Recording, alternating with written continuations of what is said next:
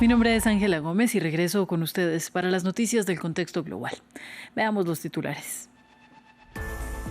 El presidente de Estados Unidos, Donald Trump, firmó una orden ejecutiva que declaró el fentanilo como arma de destrucción masiva y lo puso al mismo nivel de un arma química, facultando al Pentágono y las agencias de inteligencia para intervenir en la lucha antinarcóticos. Analizamos. El presidente electo de Chile, José Antonio Kast, inició su agenda de transición un día después de triunfar en el balotaje.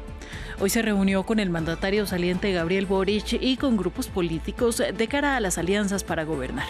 Mañana viajará a Argentina para reunirse con Javier Milei. Tenemos el reporte. Y el gobierno de Australia revisará las leyes sobre armas introducidas después de la masacre en un festival de Hanukkah en Bondi Beach. Y el primer ministro Anthony Albanese dice que el atentado parece motivado por la ideología del Estado Islámico. Hoy decenas se congregaron en la playa para rendir homenaje a las 15 víctimas.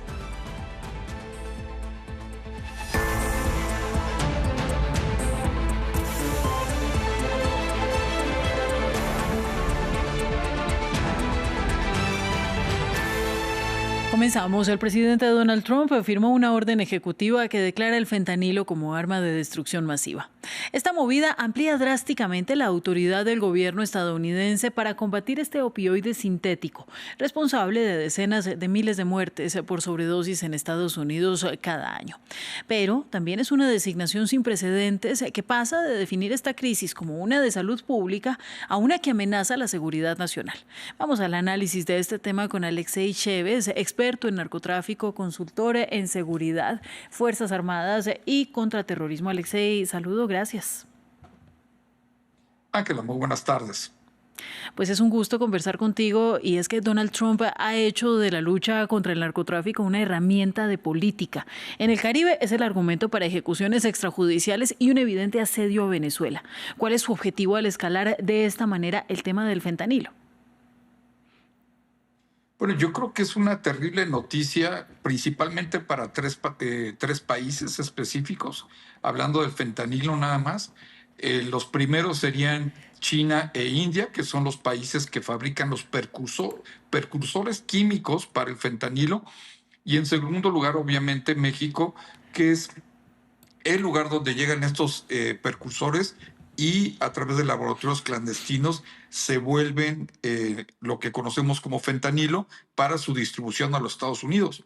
La última vez que los Estados Unidos acusó a una nación de tener armas de destrucción masiva fue en el 2003 para justificar la invasión a Irak y derrocar a Saddam Hussein.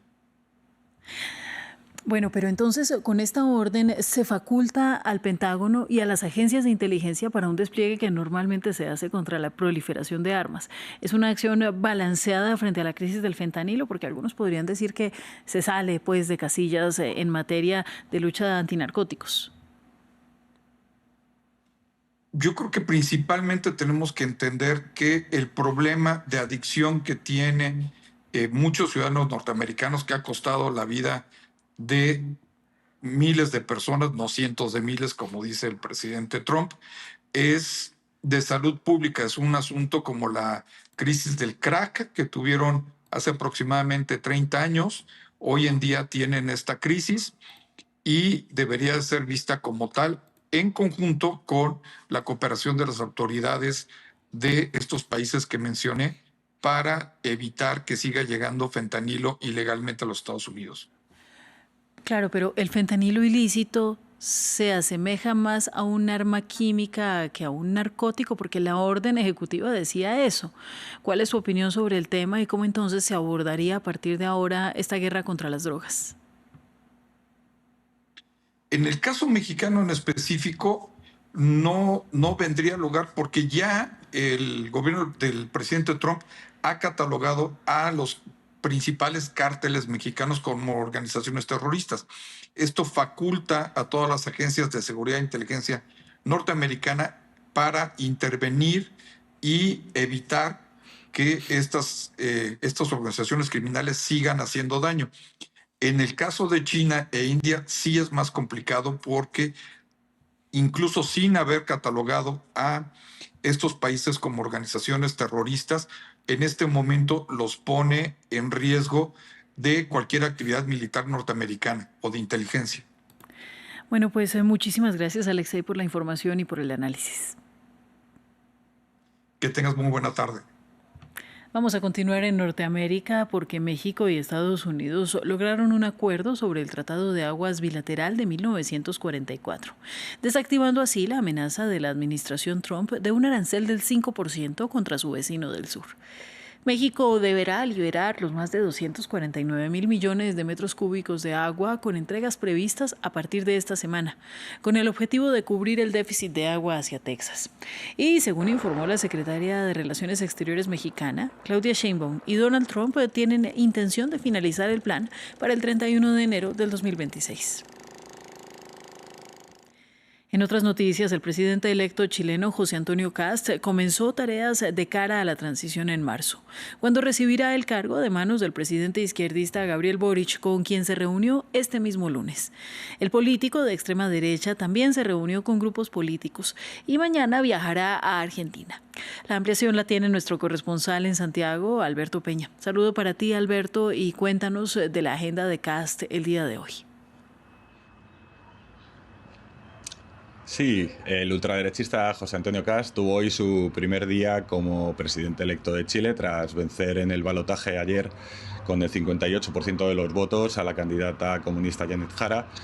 Y lo que ha hecho en su primer día es aceptar la invitación del presidente Gabriel Boric, que es una tradición republicana de Chile, para visitar el Palacio de la Moneda. Allá han estado reunidos unas 2 horas y en una declaración posterior Kast señaló que valora favorablemente la intención del gobierno de generar una transición ordenada tanto en materia de presidencia como a nivel ministerial.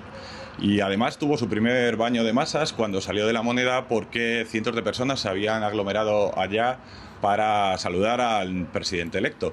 Incluso se saltó en cierto modo el protocolo para dar una vuelta durante un par de minutos y tomarse unas fotos antes de dirigirse a lo que en Chile se conoce como la Moneda Chica, que es la oficina del presidente electo durante los próximos 3 meses antes de que asuma el 11 de marzo oficialmente como mandatario del país. Allá se reunió, como decíamos, con dirigentes que apoyaron su candidatura desde los diferentes partidos políticos y con aquellos que, tras perder en la primera vuelta, también se sumaron a la candidatura de Kast. Las temáticas fueron un poco entender cuáles serán las prioridades del gobierno y empezar a delinear las personas que formarán parte de su gabinete. Pues bien, hablemos ahora entonces del plano internacional, porque también se mueve allí Kast y su equipo. ¿Cuáles son los compromisos y las reacciones tras su victoria? Sí, exactamente. La jornada electoral en Chile también ha dejado noticias en el ámbito internacional.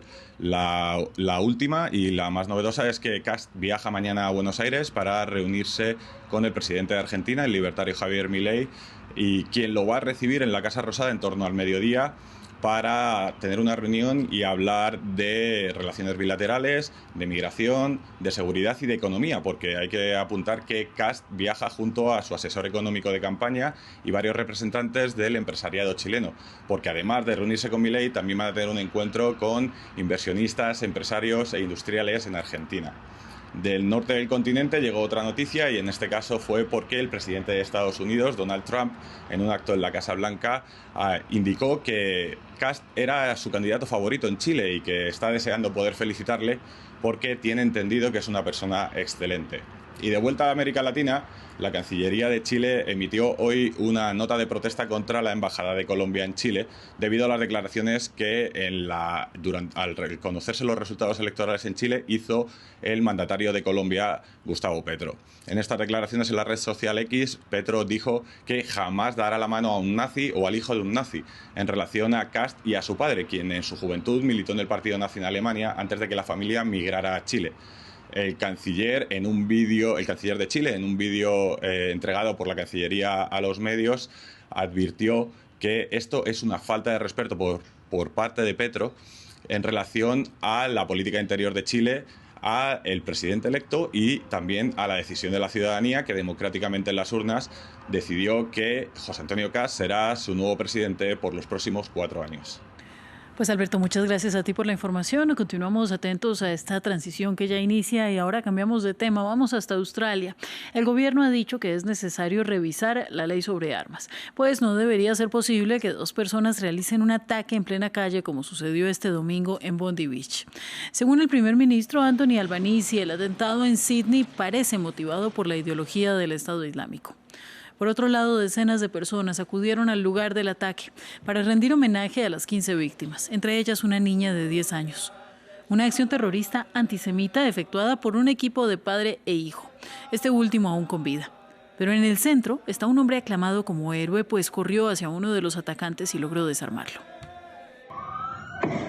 Un acto de heroísmo que dio la vuelta al mundo y acaparó titulares internacionales.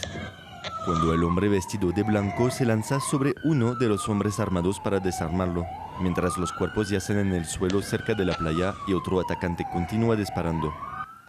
El hombre no duda en arriesgar su vida y logra arrebatarle el rifle, mientras el cómplice del asesino dispara en su dirección, obliga al tirador a retroceder y levanta la mano para señalar a la policía que él no es la amenaza.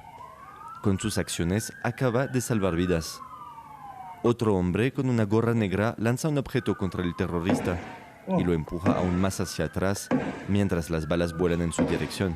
Según el canal australiano 7 News, este es el hombre que desarmó al atacante y sufrió una herida en el brazo. Se cree que es Ahmed El Hamed, un padre de familia de 43 años, casado y con 2 hijos. Es vendedor de frutas y pasaba por el lugar, según la cadena de televisión, que habló con uno de sus familiares. Todavía está en el hospital. No sabemos exactamente qué está pasando adentro, pero el médico dijo que está bien. Esperamos que se recupere. Es un héroe, 100%, es un héroe. El primer ministro de Australia elogió la valentía de los héroes que intervinieron. Las acciones de este padre quedarán como una de las imágenes más impactantes de este día oscuro en Australia.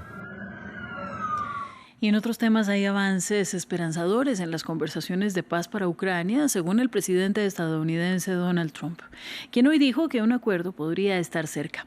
Tras las reuniones en Berlín de sus negociadores junto a líderes europeos y el presidente Volodymyr Zelensky, las partes celebran garantías de seguridad de Estados Unidos, mientras la Unión Europea endurece sanciones contra Rusia. Samuel Salgado Castro tiene los detalles. El acuerdo para poner fin a la guerra en Ucrania está más cerca que nunca. Es la conclusión tanto del presidente estadounidense Donald Trump como del canciller alemán Friedrich Merz. Las garantías jurídicas y materiales que Estados Unidos ha puesto sobre la mesa son verdaderamente notables, según Merz, tras horas de conversaciones con negociadores estadounidenses y ucranianos en Berlín. Pero la cuestión del territorio sigue siendo el obstáculo principal. Queda una pregunta clave. ¿Qué tipo de acuerdo territorial puede existir? La respuesta solo la puede dar el pueblo ucraniano y el presidente ucraniano, quien defiende su territorio aquí. El presidente ucraniano Volodymyr Zelensky admitió que ceder terreno duele, pero confía en que Estados Unidos ayude a hallar un compromiso.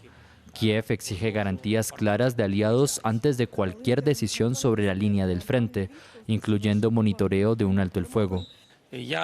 Creo que la cuestión de los territorios es dolorosa, porque Rusia quiere lo que quiere y no podemos ir más allá, porque este es un diálogo largo. Entendemos claramente lo que quieren. Algunos lo creerán, otros no, pero sabemos con absoluta certeza qué quieren. Los líderes europeos, en una declaración conjunta con Ursula von der Leyen, insisten que no habrá ninguna concesión territorial sin seguridad sólida, con una fuerza multinacional liderada por Europa. Una seguridad que podría basarse en garantías similares al artículo 5 de la OTAN, defensa colectiva ante cualquier agresión.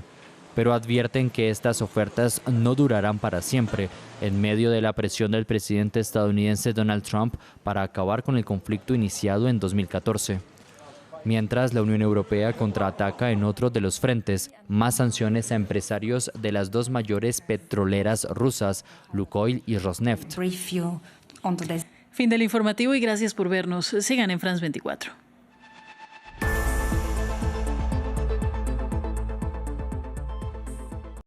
Todos los temas, todos los puntos de vista, en el debate de France 24. Análisis, contexto, polémica, la actualidad internacional en todas sus aristas. sea parte de El Debate en France 24 y France24.com.